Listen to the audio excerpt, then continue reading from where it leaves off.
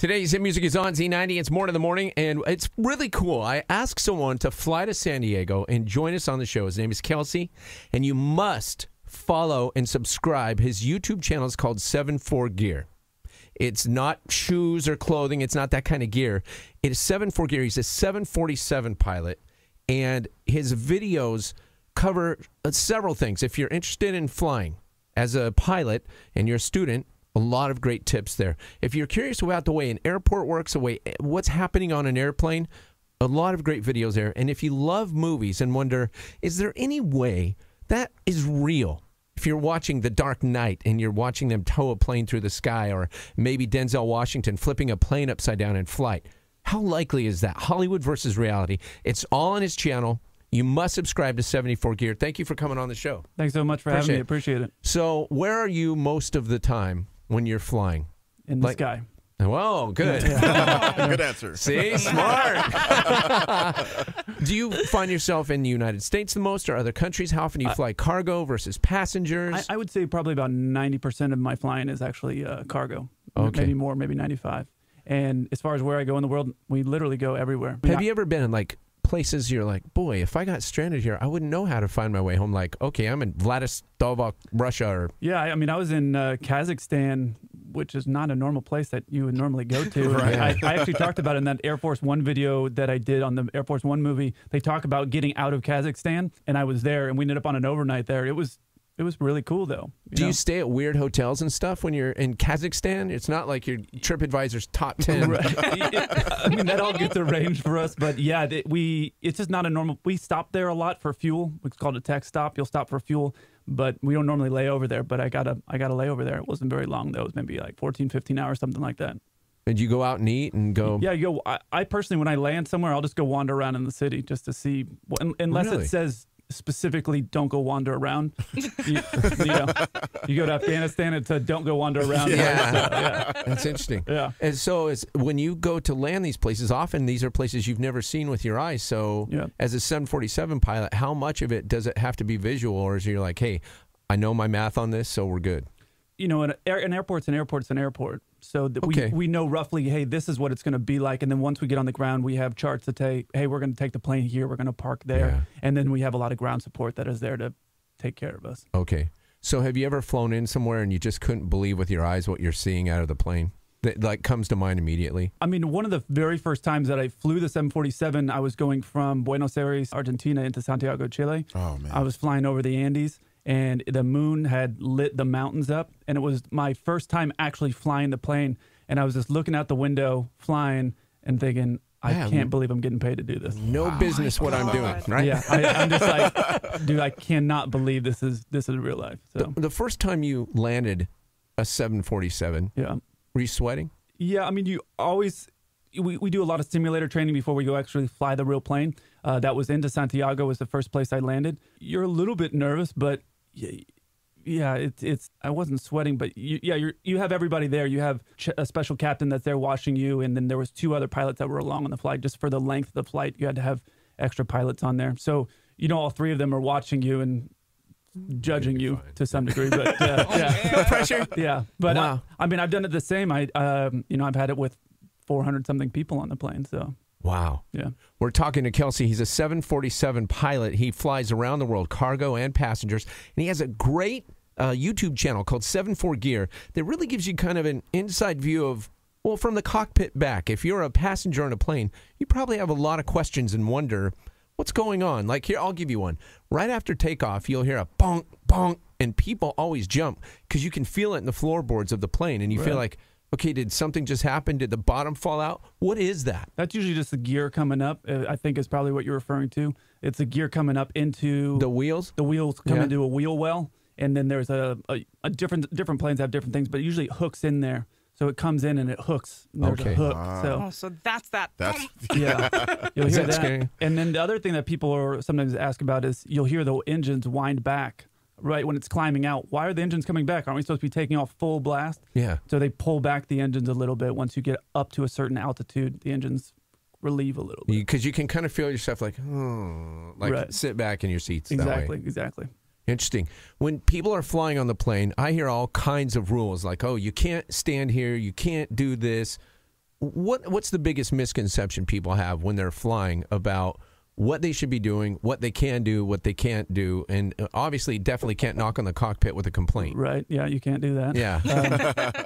I mean, really the main thing is listening to the flight attendants when they tell you to do something, is because that's going to be from the flight deck going back. And that's the big misconception. Sometimes they'll fight back with the flight attendants. The flight attendants will come back to us. And if we have to go back and have a talk, then that's usually never a good thing. Have you had to do that? Yeah, we've had to go back and make an announcement. I've had to go and do those. And it's never, it's such a delicate situation because you don't want to call out one person or make somebody feel uncomfortable. So usually you'll just tell the flight attendants, like, hey, let them know, the captain, or let them know the pilot, say, you need to comply with this. Like, if you're sitting on the bulkhead where there's no seat in front of you, yes, you can't have your big bag on the floor there. Right. It just doesn't work. So another question I have is when you hear the pilots, they all do this, and I'm not saying it, they all go, that's exactly it. I knew it. No, I even hear you do it a little bit now. You're like, yeah, what is with that? I don't, I made this video with Fly with Stella. Yeah, I already did it. And we talked about that, and it's a thing that pilots do, and I don't know why we do it, but it's something that every pilot does. And because you just keep that mic open the whole time, so you're like, Yeah, usually when we're doing it, it's because, well, when I'm doing it, we're flying, so I'm listening in one ear to what air traffic control is saying. I'm listening to and watching what's going on while looking at information, for example, the airport you're going into. So you'll be going to that airport and you'll be looking at it and say, all right, we're headed out to San Diego. Current weather out there is, and you're looking for stuff while you're listening to stuff, while you're watching stuff. So there's a lot that's going on. And that's usually part of why.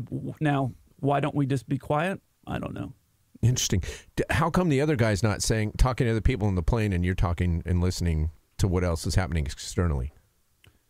No. So while if I'm making an announcement while we're flying, the other pilot is handling the radios and flying the plane. Okay, so you are doing that. That is. But you're still listening. But I'm still listening to hear what's going on because if they say, descend to 10,000 feet, I want to know while I see the guy spinning the knob to go to 10,000, what's happening with our aircraft. I have another question. When I see pilots in the airport, I'm always like, oh, I thought you had like a secret bus you get on that takes you around the back and you just get off it and get on the plane. It's not like that. You get off at the curb? Yeah, most of the time. There are some airlines in some places in the world where we'll get off and we'll have a special entrance and a way to get to the plane.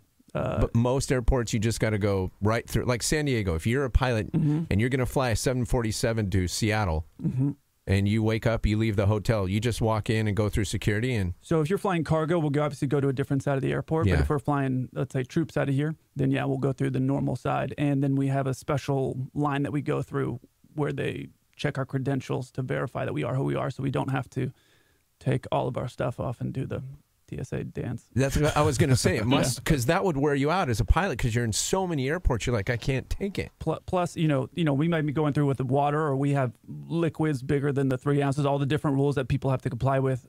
It would be hard for us to do that. Plus, we'll have 2, maybe 3 bags with us. It's a speed thing. If we have to stand in that line for 20 or 30 minutes, right. Well, now the flights are delayed. That's not going to work for everybody. Okay, so you have so you just got front of the line, basically.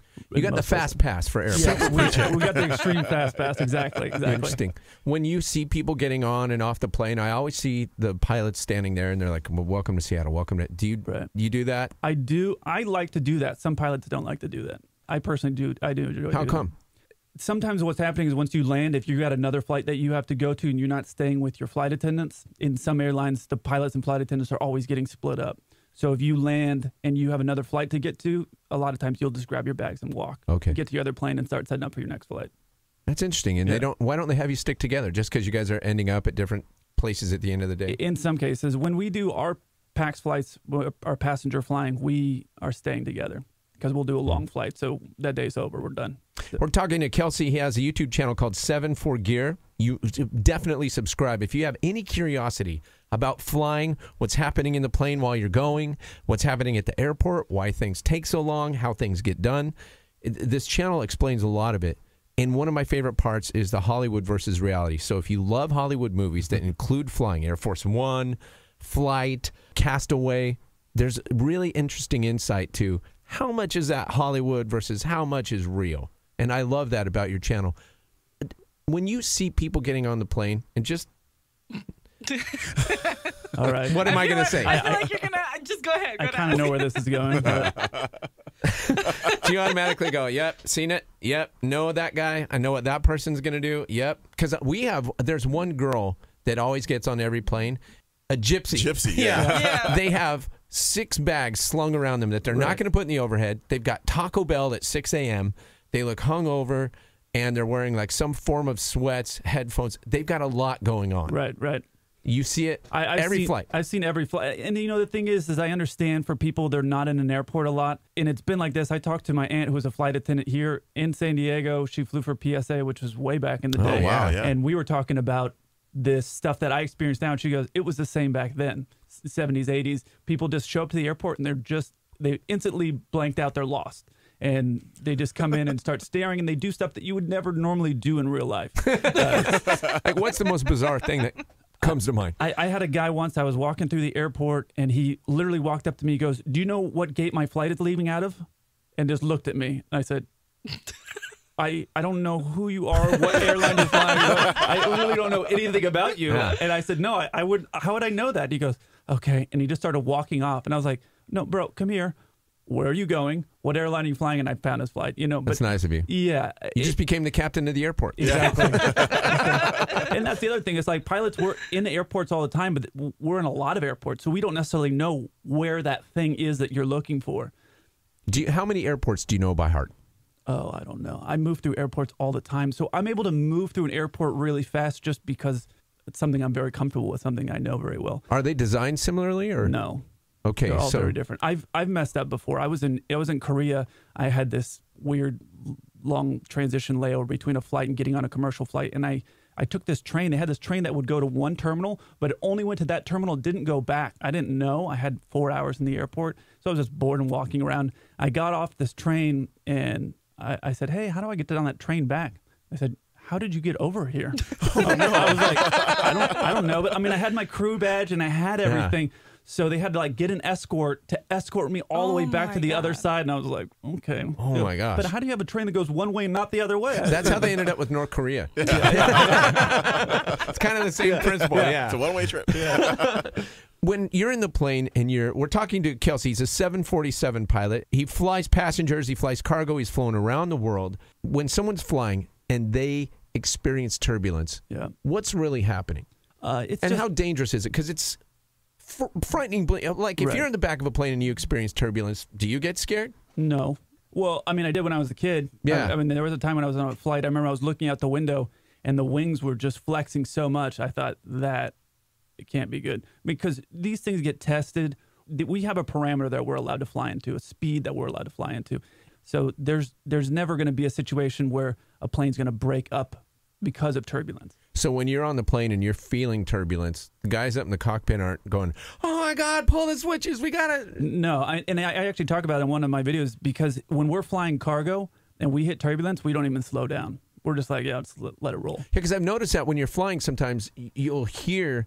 When the turbulence starts and the engines wind down a little bit, it makes you think like, oh, or what's happening? Yeah, and that just is to make the ride smoother for everybody. That's it. There's a parameter in which the plane is set at this speed. It can handle any level of turbulence. So in some cases, the planes will slow down a little bit, but that's usually for passenger comfort, not for anything else. So when we're flying cargo and we're, the 747 flies really fast. We'll just be ripping and it'll be bouncy and we just keep going. And, somebody might be sleeping in the back and we just start laughing like, haha, sucks for you. Oh, man. What has there been turbulence so extreme that if you weren't buckled in, you would have hit your head on the ceiling? Yeah. I mean, I was actually a long time ago, I was flying into Austin and I wasn't on the 747. I was flying an older plane. It was a propeller plane and the turbulence was so bad. It was either somewhere around a hurricane had come into Texas. And I couldn't even see the instruments. We were slamming around so hard I couldn't even see the instruments. And it was a small plane. And I was flying with a guy who was an old Vietnam-era B-52 bomber pilot. Oh, wow. So it was me and him flying together. And he had just, obviously, tons of experience. And we're bouncing around so hard I couldn't even see the gauges. And I said, PJ, I can't see the gauges. I can't see what's going on right now. And he said, yeah, me either. I looked over and I was like, okay. And he goes, but you know why I'm not scared? I said, no, why? He goes, because we're at 3,000 feet in Texas. We're not going to hit anything. Good point. Cool. So That's an excellent point. yeah. You do say that to people like, yeah, when you're in the air, you are much safer because you're not connected to anything. There's no pavement underneath you. There's no Right. barriers around you. Yeah. It would have to be another plane hitting you, and that's hard to happen. Yeah, I mean, we have so much safety. You have two people who have tons of training in flying that aircraft. You have air traffic control looking after you. You have all the different things in our cockpit that in the flight deck. We have things so we can see the planes that are around us if they're climbing or descending. And then there's a system that's designed to tell you if there is the possibility of a collision. It tells one plane to go up and the other plane to go down. I mean, there's so much backup to make sure that everybody's safe on the plane. It's incredible. Oh. Now, I've heard that pilots, we're talking to Kelsey, he's a 747 pilot. He has a YouTube channel, 74 Gear. Subscribe. I've heard that pilots, when things are going wrong, they don't yell. They're trained to speak in calm, easy to understandable terms, even fighter pilots, because otherwise it just makes everyone freak out. Is that true? They make you practice that? No, that's not something that you get a class on talking Okay. calmly. It's just at this stage of the game, flying a 747, I've seen just about everything that you can see, when it comes to weather or whatnot. So, we do a lot of training, let's say on an engine failure or an engine fire and things like that. So we've seen a lot of it. And obviously, if you're screaming, that dynamic is not going to help things. So it's just more like, hey, this happened. And now for everything in aviation, you do this, you have this situation, it's immediately you do this thing. And it's scripted. They don't let pilots just, let's grab this thing and do that thing. It's just not how it works. This is how this works. Yeah, let's hit that switch. What do you think will happen then? It's, Just pull the parachute. Yeah. Screw it. yeah. So it's all really scripted as far as what they want from us. So Hey, we always hear this every time a Tom Cruise movie comes out. Oh, I'm a pilot. I fly this and I fly that, and I did loop-the-loops in a helicopter for Mission Impossible. Right. How accurate do you think it is that he's that skilled of a pilot? I mean, I've never seen him fly, so I don't know. don't know. But from what I've seen from him, he seems to over-prepare for everything. So for every movie that he does, he seems that he's taking every type of possible training to be the best, firearms guy for a Mission Impossible movie. So I'm guessing if he's going to be flying a plane, he's probably... Yeah, I watched the last Mission Impossible, and he was doing, like, barrel rolls in a helicopter, and I thought, man, I don't know about that. That seems like a little bit further than I would take it. Right. I don't know. I've never seen him fly, so I can't really say, but there's a lot of things you can do in aviation. I mean, I've seen helicopters do that stuff. Oh, really? I've never flown a helicopter, but I've had friends that, mill guys that do. Let me ask you this question. Of Hollywood movies, Yeah. most realistic movie involving flight, most unrealistic movie, like, that's not even close. Like Soul Plane? Kevin Hart. I don't mean like inflatable co-pilot. Not like that. Oh, man. Smoking a blunt before we push back? Yeah. Probably not. That's pretty low on the list. Yeah, Snoop's Your pilot. Snoop's your captain. You're thinking, oh, man, this is... Oh, my God. I mean, I'd honestly, if Snoop was up there, I'd be super excited to be flying with him. I would be like, I'll do everything. Just let's talk. This is going to be a lot of fun. It's going to be a Don't great touch flight, anything. yeah. I'll do all the stuff. Just, do whatever you want to Hit do. all the swizzles and the nizzles. You're like, oh. When you watch movies, though, do you, obviously, because on your channel, on your YouTube channel, 74 Gear, you talk about which movies are realistic and which are not. Right. What comes to mind? You just watched it and said, this isn't even close to any way rational. I mean, I usually, when I'm watching a movie, obviously part of you thinking like, no, that's not even remotely possible, but I can usually watch it and then just enjoy the movie. Because you know. I know this is Yeah. for entertainment. You watch Castaway, for example. There's some things that are very realistic in that plane crash that happened in the beginning. There's some stuff that's very realistic, and then there's other things like that would never happen. There's a scene that I actually took off because the video got so long where the engine's on the water floating and it was spooling up, and that's not even possible. I took that clip out because I thought nobody would imagine that an engine can float on top of the water and now spool up. It's like got nothing. It's got no fuel. It's got nothing, and it just hit a wall of water. But I took that scene out. But a lot of people were saying, well, why did you take that scene out? That I was curious if that would even be possible. And I thought, how would an engine that's not hooked up to anything just spool up by itself? Well, that's my next question. When I saw the movie Flight with Denzel Washington and he flips a plane upside down, is that possible? Like, could you fly a 747 upside down if you had to? The thing is that there's obviously that's not something the planes are tested for. Is it possible that it could happen? Yeah, I mean, there was that guy who stole that plane, that Q400 up in Seattle. Yes. If you told me you're going to take a Q400 and do a loop-the-loop, I would have said, yeah, I don't think that's going to work, bro. But he did. So these planes are super strong, and what could happen, I don't know. Obviously, there's never a scenario in which I'm going to really try to flip the plane upside down in real life. I mean, in the simulator, sometimes if we're bored, we're messing around. Just to see if it will really do Dog it. fighting. Yeah, exactly. Dog fighting with a 747. Hold on, I'm coming around. Wait up. We did a thing just the other day. I just finished my annual training for what they call upset training. So you're flying through heavy turbulence or things like that, and they can put it at different volumes. The guy in the back is programming all this different stuff, and he basically started to roll the plane, and I tried to get it to roll back, and it wouldn't roll back. So I said, all right, here we go, and I just yanked it to try to spin it all the way upside down and roll it around. He's like, no, I don't want to do that, and then he stopped. So I didn't get to see it get all the way inverted. But, Oh, wow. Yeah, but So you didn't get to Denzel, your training. I got it almost. I got it probably about 120, 130 degrees. Do you think it could? In real life, that plane would. I mean, a lot of stuff would get broken. Yeah. Yeah, it's just not. It's not built for that. So, but like I said, there's planes. There was a plane that they survived. They were right behind a large aircraft, and they got rolled like 3 times, and they ripped a bunch of stuff off, but they landed. Wow. It was a private jet. Wow. So That's. Are there things that pilots don't talk to each other? We're talking to Kelsey, 747 pilot. Are there things that you don't talk to each other about? Because, like, if you're in the airport, hey, don't make bomb jokes. Not funny, not to talk about.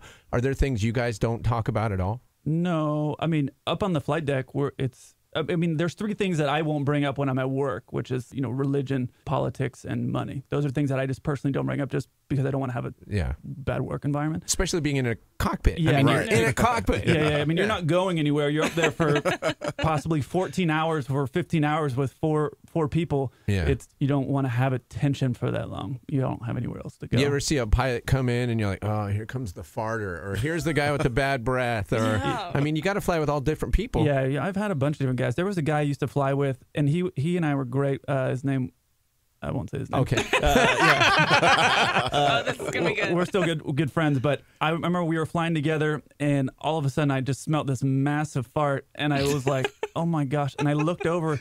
You know those things where you can open up the valve above you on the plane to blow air down. Yeah. We have a bunch of those throughout the flight deck, and I looked over, and he was directing it at me and just laughing, and I was like, "Bro, not cool, not cool." He's like, Is that going to go through the whole plane then? "No, I mean it's just a fart, but." I don't know. A cat. There was a cat that was in a cat carrier that took a dump on a plane while we're sitting on the tarmac waiting. Yeah. And you could physically, you couldn't see it, but you could physically see it affecting people as it was moving forward because it hit your nostrils. You're like, oh, you know how cat poop is so bad. Our row, like 29, is like, oh, then you could see 28. Ooh, you can see it like move forward. That's wild. It's like whiplash slowly going up the plane. Wow. Yeah, and it made it to like row 6 or 4. Like it made it a long ways. It was bad. Yeah, luckily there's so much air moving through those planes, it will move through. It'll get out. Yeah. Let me ask you this: when you're waiting, why isn't there air conditioning on the plane? It gets so hot when you're sitting there waiting. So part of the problem with that is that there is air conditioning. Sometimes you'll see those big yellow things that are coming up to the bottom of the plane. Yes. That's an air conditioning cart. But if everybody's leaving their windows open, that is like a greenhouse. It's just baking that plane. And in some cases, if the plane's been sitting there for a few hours, that air conditioning cart hasn't been hooked up the whole time. When you see, I've got a ton of questions, so I'm sure. thanks. Yeah, I'm rolling through. When you see another plane crash happen, and you're looking at it, and you obviously have a studied eye because it's what you do. Right. You think, oh, I know exactly what that experience was like for those passengers. You can vividly imagine, like, we don't really know because we don't know what the plane's going to be doing, but you could. There's those TV shows, the air crash investigations, and I've had friends say, like, I can never watch those. I've watched almost all of them, and I do it more from a standpoint of what can I learn from this? Yeah. What mistakes? Because a lot of accidents are actually pilot induced. So I want to know what mistakes they made, so I can think for myself. I don't want to create that same mistake. Yeah. And so when because I forget what was the plane that got all of the planes grounded.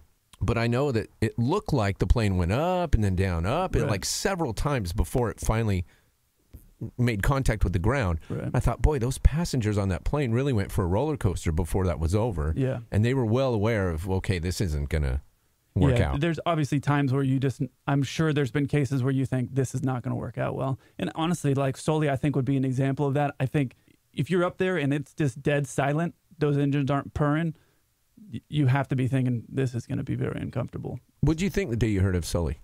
When you heard about that, were you like, whoa? Yeah, I was like, wow, it's pretty impressive. And I have friends that work at American, and so I kind of had some insight on what was going on over there. I mean, it's a tough situation to be in, and that what I say to people is, you can call him a hero or not a hero, it's whatever, but it's hard to argue with the results. You have no engines, and you're able to get everybody to live. And some people say, oh, you should have made it back to the airport. I said, look, at the end of the day, you can replace a plane, but 155 people that everybody lived. You can't argue with the results. How hard was it what he did? In terms of, let's say, regardless of going to another airport of that, putting a plane down on the Hudson River, how hard is that? Yeah, I mean, he had some things that were working to his advantage, meaning that it was clear, it wasn't a really windy day. So he had some things that were to his advantage.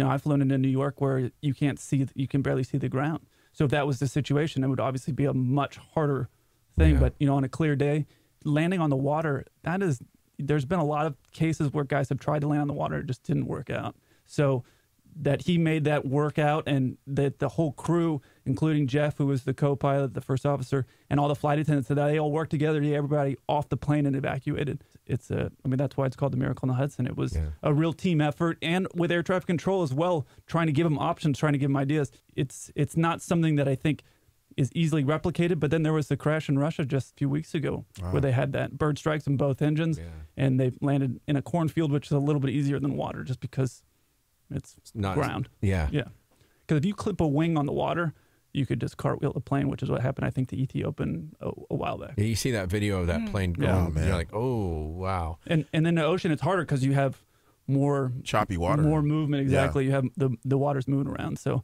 that's something that, obviously, flying over the ocean a lot is something that we have to run through our heads.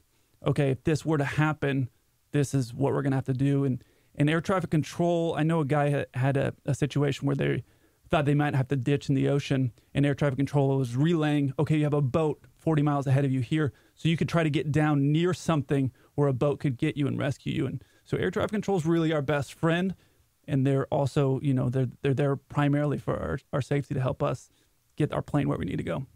Let me ask you this. Is there a safer place to sit on the plane? Because people always go, oh, sit at the tail. It's so much safer. Does it make a difference, or I guess it depends on what's happening to the plane? Right, exactly. I think that there's been research that says, hey, in this, statistically, it's safer to sit, I think it's towards the rear section of the aircraft, but it's just luck of the draw. If your plane's going to crash, I wouldn't make my seat choice based off, I think this plane might crash, I'm going to sit here. It's not really how I would walk onto an aircraft. Yeah. How do you guys have do you guys have parachutes? Absolutely, but we don't have them for the passengers, just us. Oh. I'm just kidding. No, there's no parachutes. There's nothing there. And I think that would be a little bit messed up, right? If we had parachutes and nobody else did. Why couldn't everybody have parachutes? The thing is those planes are pressurized. So the reality is there's not going to be a scenario. Most crashes, you're not going to be 20,000 feet. Okay, let's depressurize the plane and let everybody run and jump out of the plane. It's just what happened. If the plane depressurizes, how long do you have before you pass out or your eardrums pop? Depends on your altitude. Kind of like in that Castaway thing I talked about, because they had explosive decompression, which is different than a slow decompression. So let's say a window pops out on a plane and you're flying over the U.S., you're going to Chicago from San Diego, and you're, what would you be, 30,000 feet maybe? Sure, yeah. And a window pops out. What's going to happen in the plane? The plane's obviously going to get very loud. You're probably going to have a lot of mist that's going to happen. Your oxygen masks are going to drop. And then the pilots are most likely going to pull the engines back, and it's going to go into a steep dive. Okay. We're aiming to get to about 10,000 feet as quickly as possible, because at that altitude, everybody's going to be able to breathe regardless of what's going on. So the most important thing is keep everybody alive. Keep the plane intact. So, and as a passenger, just get oxygen, I guess, of course. Get your oxygen mask on. Truthfully, even if you were to pass out right there because you panicked, we're going to get down to 10,000 feet in a couple minutes, so you're going to be fine. Can somebody? I was told that there's no way while you're in the middle of the air flying, somebody could open a door on a 747. Yeah, that's true. And why is that? It's because of the pressure that's being pushed internally outwards on the door. You'll notice most doors open inward. Yeah. They do that for a reason. So you can't just grab the latch and throw it open. So if somebody's up there yanking on it, you're like, shh, I mean, people are going to tackle them because don't do that. yeah, Yeah. nobody wants to see you messing with the door. But yeah, you could do all you want, but at 30,000 feet, it's not going to do anything. Wow. Dude. Is that good news for you? Yeah. Or is that bad news because you're like, oh, well, I guess no, check because that off. I won't be doing that. No, I've thought about that because I thought, oh, what if the guy sitting next to me just decided, hey, I'm going to get up and get out of here. Jump out of the emergency exit or Right. something. Yeah. And so, okay, that's good to know that it's not going to. So that emergency Okay. exit's going to open after decompression, not before. Yeah, you wouldn't. It just the pressure that's pushing out on that, it's just not going to work. I mean, there's been cases where I recently read somewhere a guy was looking for the bathroom, and somehow he went to the main cabin door and was like trying to yank on the door, and Oh my he I don't know why you would think that's a door, but I've had people, when people are walking onto the plane and they want to use the bathroom as soon as they get on the plane. I don't know why, because there was a terminal there and they had 2 hours Right. sitting there. But I've had them walk up onto the flight deck looking for the bathroom. And I'm like, you can go to the bathroom up here, but it's going to get pretty awkward for everybody, So, people get lost. They're on a plane. They do it once every 4 or 5 years. They're just not what they're used to. So I understand. So I try to be understanding to people of that situations. But I don't know why, if I was looking at a door with a window that was looking outside, that I would think that that's a bathroom, but it's happened. When people are in an airport and say, like, you have a flight and you pull in, we're talking to Kelsey, he's a 747 pilot. When he has a YouTube channel, 74 Gear. My question is, when you pull in to the airport and you're like, man, I got 5 minutes to make my other flight, Right. Who do you talk to tell, like, hey, tell him I'm on my way?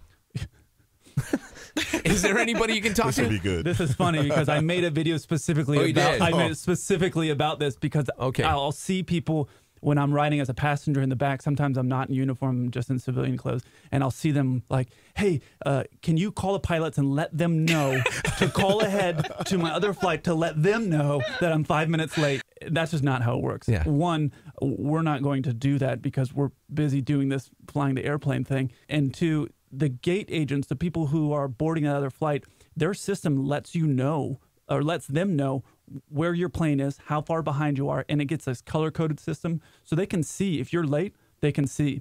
They'll let the pilots know, hey, you got 20 people that are on this flight that are connecting onto your flight. And then between the airline and the pilots, they can kind of make a decision. All right, we'll wait 10 minutes for them to get over here. Okay. So if So- you're one person, you're the only person that's late, Right. and you got a 20-minute run, sorry. Yeah, you're probably not going to make it. But, the reality is there's a lot of built-in time. So I've had people where we're landing 10 minutes early, and I'm sitting in the back of the plane, and they're like, I need to get off. I'm not going to make my connection. And I'm thinking, we got here 10 minutes early.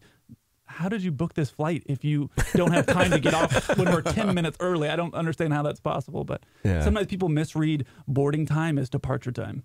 So that boarding time that's will be different? Yeah. So Okay. you'll see boarding time. It'll say like, 8:45 in big letters. And then departure time will be 9:15. But they see 8:45 and they don't put it together. Okay, so I think that plane's pulling away right then, and I'm going to have to make a jump. Right. Yeah. Hold on. Yeah. Have you ever had to stop a plane and let someone get on after you've backed away? Does that happen? Or would you have to pull back up to the gate and they'd get on there? So if you got to go back to the gate, and I've had to do that once. I had a lady who was the very last passenger. We had waited for her to get on the plane, and she ran on the plane, and then we were taxiing out to take off in Chicago, I think, which is a pretty busy airport. Yeah. And the flight attendant calls and said, hey, she checked a bag, and if she put all of her medication in that bag. Okay, it's a 45-minute flight. Is she okay to go 45 minutes? The flight attendant came back and said, no, she says she needs the bag. So we had to go back to the gate, and it's a big deal. We got to go back to the gate. Special gate agents got to be there. We got to get a gate to go to. It's a big Wow. big thing to get it, and then we got to have somebody go get her bag. So I actually went downstairs to help find this bag because Oh my God. yeah, I want to get going. I'm not trying to hang out on the ground. Yeah. forever. Yeah. Do you like it when people compliment you on your landing getting off, or are you like, I kind of already know because that's what I do? Like, No, I like that. I mean, who doesn't? That's what we're judged on, which is it's only a small percentage of our job. I'm also pretty good at landing. So it's something that I put a lot of care into. I flew private charter before. Okay. So it's and that sometimes you'll get tips based off of how smooth your landings are. Oh, really? Yeah. Oh. So if you're pounding your landings in, you're not getting paid, and you might get fired. In airlines, it's not like that. You can just pound those in all day, and they're just like, okay, as long as you don't exceed the limitation. So I still fly like that. When I do my packs flying now with a bunch, even if we do troops or we do VIPs, I always try to, or even if I'm flying freight, I still try to land it smooth. It's just my nature. What's the coolest thing you ever, as a cargo pilot, flew? Like, what'd you take somewhere? Did you take a nuclear missile? Probably not, but... or maybe the second coolest thing, because I'm guessing the coolest thing you can't say. I mean, I transported a lot of stuff, and I don't know what I can and can't say. I mean, Okay. I've had everything. We've had gold bullion. We've had Really? Wow. We've had a plane full of cash, like just piles of 100,000 pounds of just money. What? Yeah, and that's a lot of. That's like Where was it going? Now, where was places. Snoop Dogg? Yeah, exactly. That was probably all Snoop Dogg's money that was back there. Back there with this pimp cup, like, that's right. Yeah. And that's the thing. It's like I'd love to go back and take photos with those things. Like, this is me with 100,000 pounds of money, but I can't do that. Yeah, it's confidential. Yeah, exactly. Have you ever flown someone famous and got to meet him? Yeah, I have flown famous people. Can you say any of them, or is it confidential? I think it's confidential, yeah. Is it? And I've had flight attendants. We had a rapper once on a flight, and the flight attendant, she was an older lady, and she came up and she goes, I think I have so-and-so on the plane. And I said, really? And I went back there and looked. I was like, yeah, that's him. She's like, I'm so hip. You know, and she's like, 50-year-old white lady. She's like, I'm so hip. I'm in the know. And I was like, how did you put those things together? You know? It's like, oh no, I made him some Robitussin and Sprite in the back. He's good. I took care of him. Exactly. My last question for you All right. is, what should people, when they're flying on a plane, what Yeah. should they be fearful of? If this happens, then things are serious. But before then, just don't worry about it. If you hear your pilot screaming, it's time to get scared. That's when it's time to get nervous. No, really, everything that we do, and that's what I say in some of my videos, is we don't have an ejection seat. We don't have a parachute or anything up there. We're not going to get on a plane that we don't feel safe, and we're not going to fly into anything that we don't feel safe. So unless you hear them screaming or something like that, you're probably going to be fine. Wow. Yeah, I'm not trying to die flying to Des Moines, Iowa either. So Yeah. Right. you know, if I'm up there, if I'm flying, I'm doing it because I feel this is going to be just fine. And one bonus question. All right. What is your favorite airport in the world? If somebody was going to go to an airport, you're like, wow, this just blows every other airport away. This is really something else. Man, favorite airport? I don't know. I'd have to really think about that. I mean, I like every airport for the most part. Everyone is different. You know, everyone has got its own cool things. I like going to new airports, which some pilots don't, but that's just the world that I live in. We fly to a lot of random places. I like that new. I don't know quite what to expect. Excitement. You know, when you go to a new city and you go to explore on vacation, that's kind of what I feel like my job that's is. cool. Like, hey, you're going to here in the Middle East, or you're going to here in Africa, or you're going here in South America. I'm like, oh, cool, this is different, and I don't know quite what to expect. I enjoy that challenge. So, Wow. And favorite city? San Diego, of course. Oh, Yeah. Good answer. No hesitation on that. Thank you. Yeah. Kelsey has a YouTube channel. It's called 74 Gear. He's a 747 pilot. And if we haven't covered it all here, trust me, he does on his channel. You need to subscribe, watch, leave comments. He loves to get feedback. And can I ask you something? There's a new Top Gun coming. Could you do a Hollywood versus reality Top Gun? Please. Yeah, I know that's on demand, and I want to do it. And I'm trying to line up. I'm trying to get some people on to do this with me to make it really cool. Okay. So that's on the list. Right. We'll look for it. Yeah. Kelsey, thanks for coming by. Absolutely. Thanks for having me. I appreciate it.